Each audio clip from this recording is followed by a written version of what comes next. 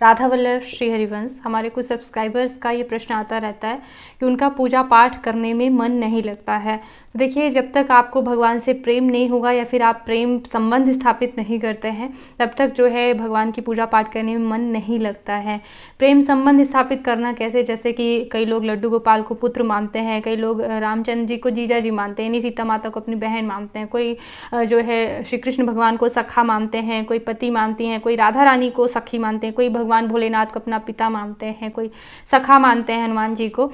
तो जब तक ये प्रेम संबंध स्थापित नहीं करते हैं हम, तब तक जो है मतलब मन नहीं लगता है पूजा पाठ में। ये प्रेम संबंध जो भाव रूप में हमें प्राप्त होते हैं, ये गुरु दीक्षा लेने के बाद गुरुदेव भी हमें प्रदान करते हैं।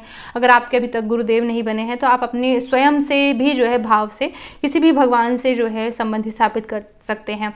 जो भी आपको बहुत ज़्यादा प्यारे लगते हैं, वो आपके इष्ट हों, उनसे आप पहले संबंध स्थापित करिए, फिर जो है आपको प्रेम होगा। देखिए, संबंध स्थापित करना क्यों ज़रूरी होता है और प्रेम होता है तभी पूजा पाठ में कैसे मन लगता है। देखिए, जैसे कि एक माँ होती है तो सबसे पहले अगर वो खाना खाएगी, सोचेगी मेरे बच्चे ने खाया नहीं, कुछ भी मीठा कुछ भी खाएगी अच्छा चीज़ तो सोचेगी बच्चा भी खाए, कुछ अपने लिए लेने जाएगी सोचेगी अपने बच्चों के लिए भी ज़रूर ले आए, यानी उसको इतना प्रेम है। जैसे कि एक प्रेमी को प्रेमिका से प्रेम होता है, या फिर पति को पत्नी से, ठीक है, या फिर बच्चों से, या फिर भाई से, दोस्त से, किसी से भी हो सकता है प्रेम। तो हम ना उस अपने प्रेमी के साथ, मतलब प्रेमी ही नहीं करें, वो चाहे दोस्त हो सकता है, बहन हो सकता है, कोई भी हो सकता है, तो उसी के साथ सारी खुशियाँ शेयर करना चाहते हैं, उसी के साथ हर खुशी का सपना अपना देखते हैं। चाहे हम अगर कोई मूवी भी देखने जा रहे हैं, कोई रील भी बहुत अच्छी लगी तो हम अपने सबसे जो हमारे करीबी है उसको शेयर करना चाहते हैं, उसके साथ में देखना चाहते हैं, उसके साथ खाना चाहते हैं, उसके साथ बाजार जाना है, कुछ लेना है, ऐसा चाहते हैं, यानी कि उनको अपनी खुशियों में शामिल करना चाहते हैं। ठीक है, उसी प्रकार से अगर संबंध हम भगवान से कोई भी बना लेते हैं तो जो है प्रेम हो जाता है। अब ये भी प्रश्न आता है कि कई देवी देवता हैं जो हैं हमारे मंदिर में, तो देखिए, प्रेम गली अति सागरी जामे दो न समाये। तो एक ही भगवान को आपको जो एक तो पहले या तो गुरुदेव बना लीजिए या फिर स्वयं किसी से भी एक ही भगवान से अपना रिश्ता जो है स्थापित करिए। फिर बाद में जो हैं भगवान, तो उनसे ये प्रार्थना करनी होती है कि हमारे इन इष्ट देव की जो है हमें भक्ति प्रदान कीजिए। ठीक है, और अब ऐसा नहीं है कि बाकी सभी देवी देवताओं से दुश्मनी करनी है, उनकी भी पूजा करनी है, लेकिन जो हमने अपने प्रेम संबंध में जिन्हें अपना इष्ट माना हुआ है, उन्हीं का ग्रंथ पढ़ना है, उन्हीं का जो है कंठ होना चाहिए, उन्हीं से संबंधित संत होने चाहिए। ठीक है, तो इसीलिए कहते हैं सबसे पहले गुरुदेव का चुनाव किया जाता है, फिर वो ग्रंथ भी देते हैं, इष्ट भी देते हैं, सब कुछ वही देते हैं। ठीक है, और अगर आप भी नहीं है जब तक, तब तक जो भी आपको प्यारे लगते हैं उन्हीं का नाम जब शुरू करिए, वो आपके इष्ट तक, गुरुदेव तक आपको अपने आप ही पहुंचा देते हैं। ठीक है, तो जब भी आप प्रेम करने लगते हैं भगवान से, तो आपके साथ भी यही होने लगता है। फिर जो है आप जब भी बाजार जाएं तो भगवान के लिए भी सोचें कि कौन सा हम भोग उन्हें लगाएं, या फिर जब प्रेम हो जाता है तो हमें लगता है कि हम भगवान को नहीं खिलाएंगे तो वो उनको भोग कौन लगाएगा, उनको कैसे, उनको प्रेम कौन करेगा। ठीक है, तो हम जल्दी नहाते हैं, उनको भी नहलाते हैं। और अगर जैसे कि कोई रामचरितमानस पाठ आप कर रहे हैं, भगवत गीता का पाठ कर रहे हैं, उसमें मन नहीं लग रहा, तो आप सोचें कि वो भगवान स्वयं आपके सामने विराजमान है और आप उन्हें सुना रहे हैं। ठीक है, उनको सुनाने के लिए आप जो है पाठ कर रहे हैं, तो उसमें बढ़िया लय, मतलब गीत गा के कि भगवान सुन रहे हैं तो अच्छे से हम सुनाएं। ठीक है, नींद ना आए हमको बीच बीच में, वरना भगवान को भी बोल लगने लगे, यानी कि पूरा संबंध की तरह ही हमें भगवान को मानना। ये ऐसा नहीं मानना भगवान की तरह अगर हम भगवान को प्यार करेंगे तो नहीं कर पाएंगे, क्योंकि भगवान एक बहुत बड़ी शक्ति है, उनके लिए हम चीज़ें भी इकट्ठा नहीं कर सकते ना। देखिए, फूल तो भंवरे का जूठा है, चावल तो जो है, और दूध बछड़े का जूठा है, सारी चीज़ें मतलब जूठी हैं, किसी न किसी उतनी पवित्र चीज़ें तो भगवान को अर्पित नहीं कर सकते। तो भगवान को हम जब अपने संबंध के रूप में मतलब मानते हैं, भाव रूप में, तो उनको पूजा करना आसान हो जाता है, मन लगता है, प्रेम हो जाता है। दूसरी चीज़, प्रेम करने के लिए सबसे पहले फोकस आप एक शब्द पर करिएगा, प्रेम शब्द पर। प्रेम कैसे स्थापित करना होता है, 2-3 चीज़ें मैं आपको बता देती हूँ।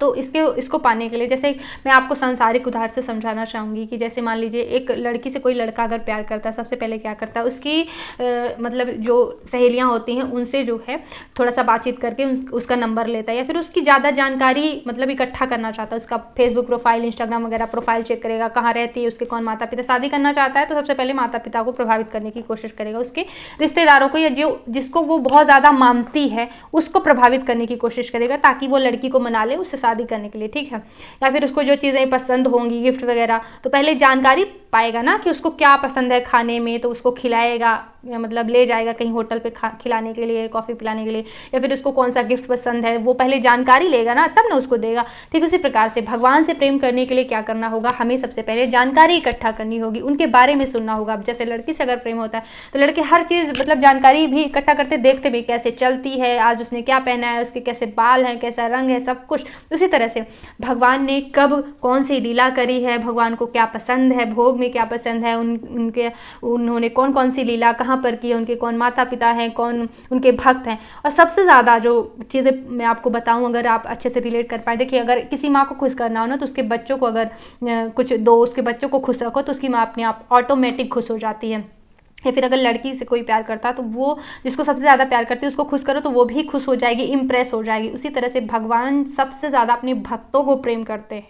यहाँ तक कि है कि अगर आप भगवान की भी पूजा नहीं करेंगे नहीं, लेकिन उनके भक्तों की अगर आप पूजा करेंगे, उनके भक्तों के चरित्र अगर आप उनको सुनेंगे, देखिए माता पिता के सामने अगर उनके बच्चों की तारीफ करी जाए, उनके बच्चों के बारे में कुछ भी बताया जाए कि उसने ऐसा खेला, ऐसा जीता, पुरानी बातें दोहराई जाए, तो उसको सुनने में कितना उसको आनंद आता अपने बच्चों के बारे में। उसी तरह से भगवान के भक्तों की लीलाएं अगर आप भगवान को सुनाएं, भक्तों के चरित्र आप सुने, भक्तों के चरित्र आप पढ़ें और संतों का संग अगर करें, संतों का संग करने से वो भगवान के बारे में ज़्यादा बताएंगे, उनकी लीला बताएंगे कि उनके कैसे बाल हैं, उनके कैसे नेत्र हैं, वो कैसे चलते हैं, कैसे राधा रानी से प्यार करते हैं, या फिर वो गौरी जी से प्यार करते हैं, शिव शंकर, तो सारी चीज़ें डिटेल में मतलब एकदम। और हाँ, सबसे महत्वपूर्ण बात जो एक आती है कि भक्तों के चरित्र पढ़ने में एक चीज़ क्या होता है कि हमें पता चलता है कैसे भगवान ने भक्तों को प्रेम किया, मतलब एकदम इतना अंदर से रोना आने लगता है। कैसे, देखिए कि एक माधव दास बाबा है, महान भक्त, तो ये आपको भक्तमाल में पढ़ना होगा, या तो आप ग्रंथ पढ़ें प्रेम पाने के लिए, या फिर आप धारावाहिक भी देख सकते हैं, भक्तमाल गाथा सीरियल आ रहा है,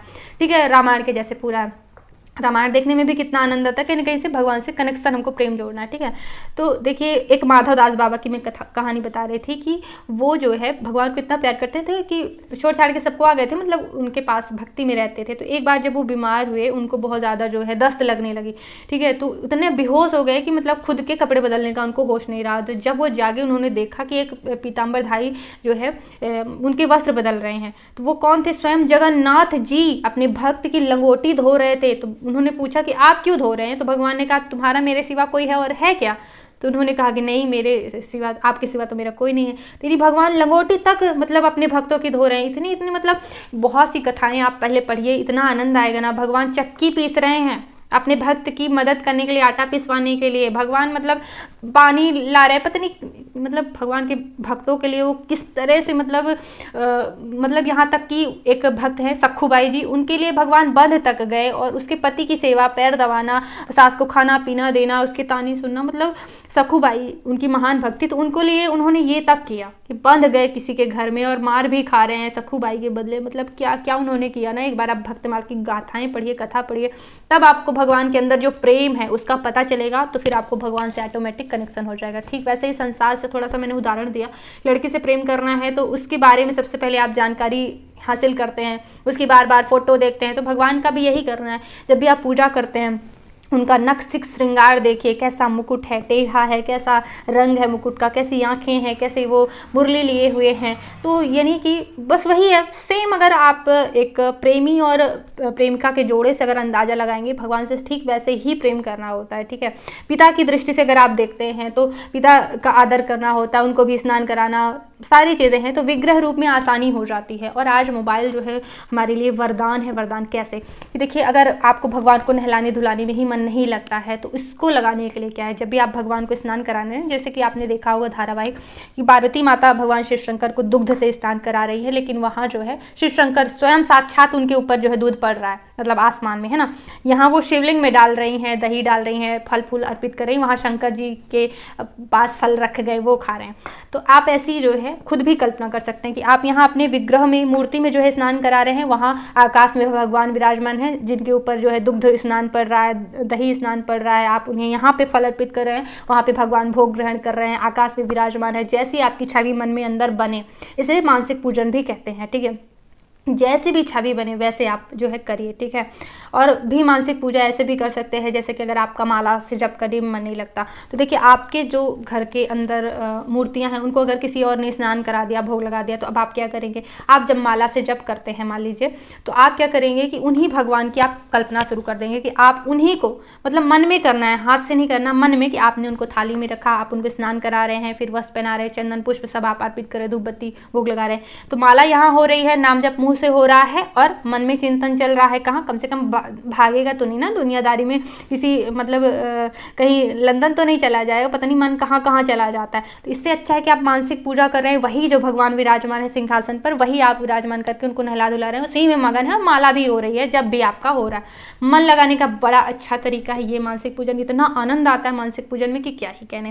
पहली बात ये, पाठ जब आप कर रहे हैं तो ये भाव करेंगे भगवान सामने सुन रहे हैं, या फिर पाठ करते समय भी आप जो है मानसिक पूजन का चिंतन कर सकते हैं। दिमाग में दूसरी बातें चलने से अच्छा है कि उन्हीं भगवान के बारे में सोचो। चाहे मार्केट भी पहुंच जाओ कि बढ़िया अच्छा ड्रेस खरीदने आए हैं, पानी आप गर्म कर रहे हैं, ठंडी का सीजन है तो भगवान को नहला रहे हैं, भोग अच्छा सा कोई सा बहुत सुंदर सा बना रहे हैं, स्वादिष्ट सा सॉरी, तो उनको भोग लगा रहे हैं। तो ये मतलब आप मन में कहीं और मन भागने से अच्छा है कि आप माला करते हुए या पाठ करते हुए भगवान की मानसिक पूजन का चिंतन करें। और मैं आपको बताऊं, ग्रंथों और शास्त्रों में हाथों से की गई पूजा का भी ज़्यादा महात्म मानसिक पूजन का बताया गया है। अब बताइए, मानसिक पूजन का ज़्यादा महात्मा, और ये मासिक धर्म में भी मानसिक पूजन किया जा सकता है, यात्रा में है, कहीं और है, तो ये कहीं पे भी मानसिक पूजन किया जा सकता है। वैसे आपको 2-4 बातें ध्यान रखनी है पूजा में मन लगाने के लिए। जैसे कि एक लड़का लड़की के ख्यालों में खोया रहता है, वैसे हमें भगवान के ख्यालों में खोए रहने के लिए सबसे पहले उनके बारे में जानना तो होगा। इसीलिए जो है संतों का प्रवचन सुना जाता है कि ज़्यादा से ज़्यादा हम उनका संतों का संग करेंगे, उनकी बातें सुनेंगे तो वही वही दिमाग में चलता रहेगा, हम भगवान के ख्यालों में खोए रहेंगे। वो उनकी लीला भी बताते हैं तो हम एक नक्श श्रृंगार में खोए रहते हैं। तो संतों का प्रवचन सुनना सबसे पहले ज़रूरी। दूसरा, कैसे उन्होंने भगवान अपने भक्तों के साथ जो है चरित्र रचाए, कैसे उनकी मदद करी, पल मतलब उनके पीछे पीछे दौड़ते हैं भगवान, ये सब चीज़ें सुनने में बड़ा। तीसरा चीज़ क्या है कि भक्तों के चरित्र सुनना, यहाँ तक कि जो बहुत बड़े भक्त होते हैं ना वो संतों का चरणामृत पान करते हैं, पीते हैं। क्यों? क्योंकि संतों की कृपा से ही भगवान की भक्ति प्राप्त होती है। अगर भगवान को रिझाना है, संतों को पहले रिझाइए, चाहे उनको आप वस्त्र दीजिए, भोजन दीजिए, किसी भी प्रकार से प्रसन्न करिए, या फिर भगवान का नाम संकीर्तन सुनाकर प्रसन्न करिए, किसी भी, या फिर अगर कुछ नहीं कर पा रहे हैं संतों को प्रसन्न करने का, तो मन में भाव रखिए केवल कि संतों की कभी सेवा मिल जाए, कभी उनको प्रसन्न करने का मौका मिल जाए।